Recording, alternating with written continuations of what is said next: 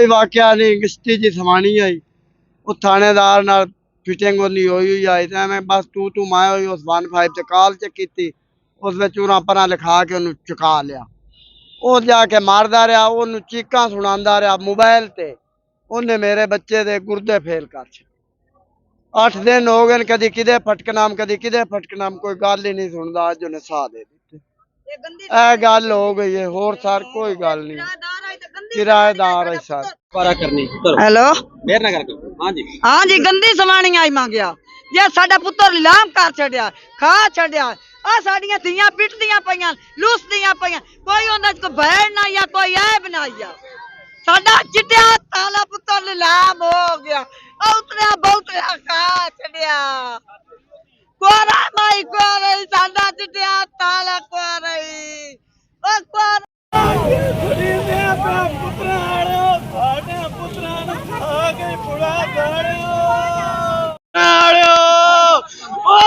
साडे घर बुला दे मान के मंसा ला रहे हो, साडे 19 सालां ते खा दिया पोतरा रहे हो।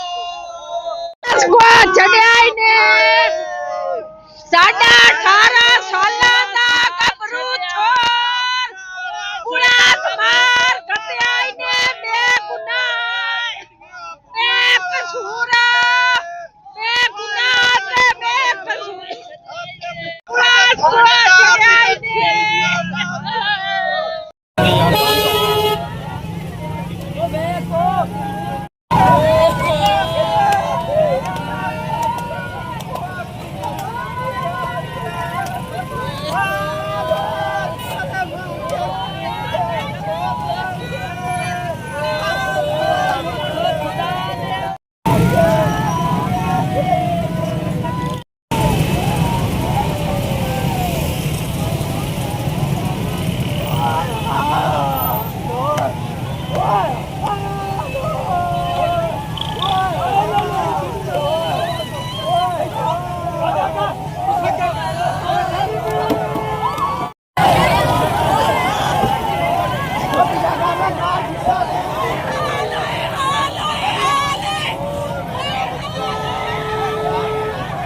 चाचा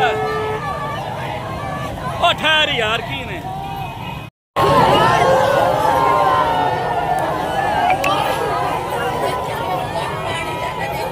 ओ भाई मीडिया ना मेरा भाई मेरा बाबा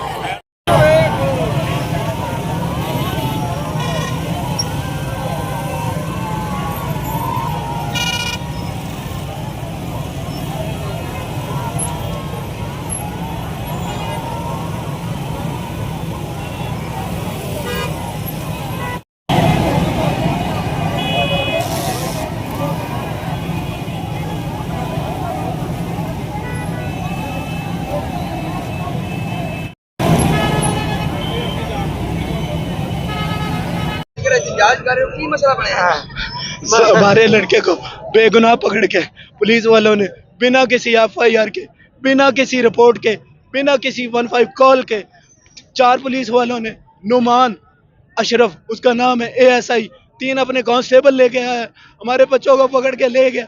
3 बच्चों को ले गया, एक को जिसको उसने पकड़ लिया और उसको पूरी रात वो मारता रहा, पेट में ना उसके जो गुर्दे में उसके ऊपर चढ़े रहे 4 बंदे जो कांस्टेबल थे उसके ऊपर चढ़े रहे, उसको मारते रहे। उसके जो गुर्दे हैं ना, जो पेशाब की नालियां वो बंद हो गए। उसकी ट्रेनिंग जब बंद हुई है तो उसके गुर्दे काम करना छोड़ गए। किसी पुलिस वाले ने ना हमारी FIR होने दी है, ना ही हमारी मेडिकल रिपोर्ट होने दी है, ना ही हम 10 दिनों से ख्वार हो रहे हैं। कभी किसी हॉस्पिटल में, कभी किसी हॉस्पिटल में, कभी किसी हॉस्पिटल, किसी भी जगह हमारी कोई सुनवाई नहीं हो रही है। कोई भी बंदा ना ही DPO, ना ही DCO, ना ही SHO, सब मिले हुए हैं, कोई यहाँ पे सुनने वाला नहीं है। हमारी RPO से गुजारिश है और हमारी क्या नाम है वज़ीर आला पंजाब मरियम नवाज से गुजारिश है, हमारी दादरसी की जाए। हम कहाँ जाएं?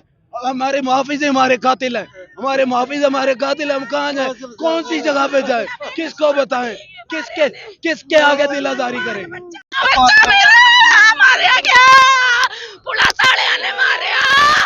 मैनू इंसाफ चाहिए।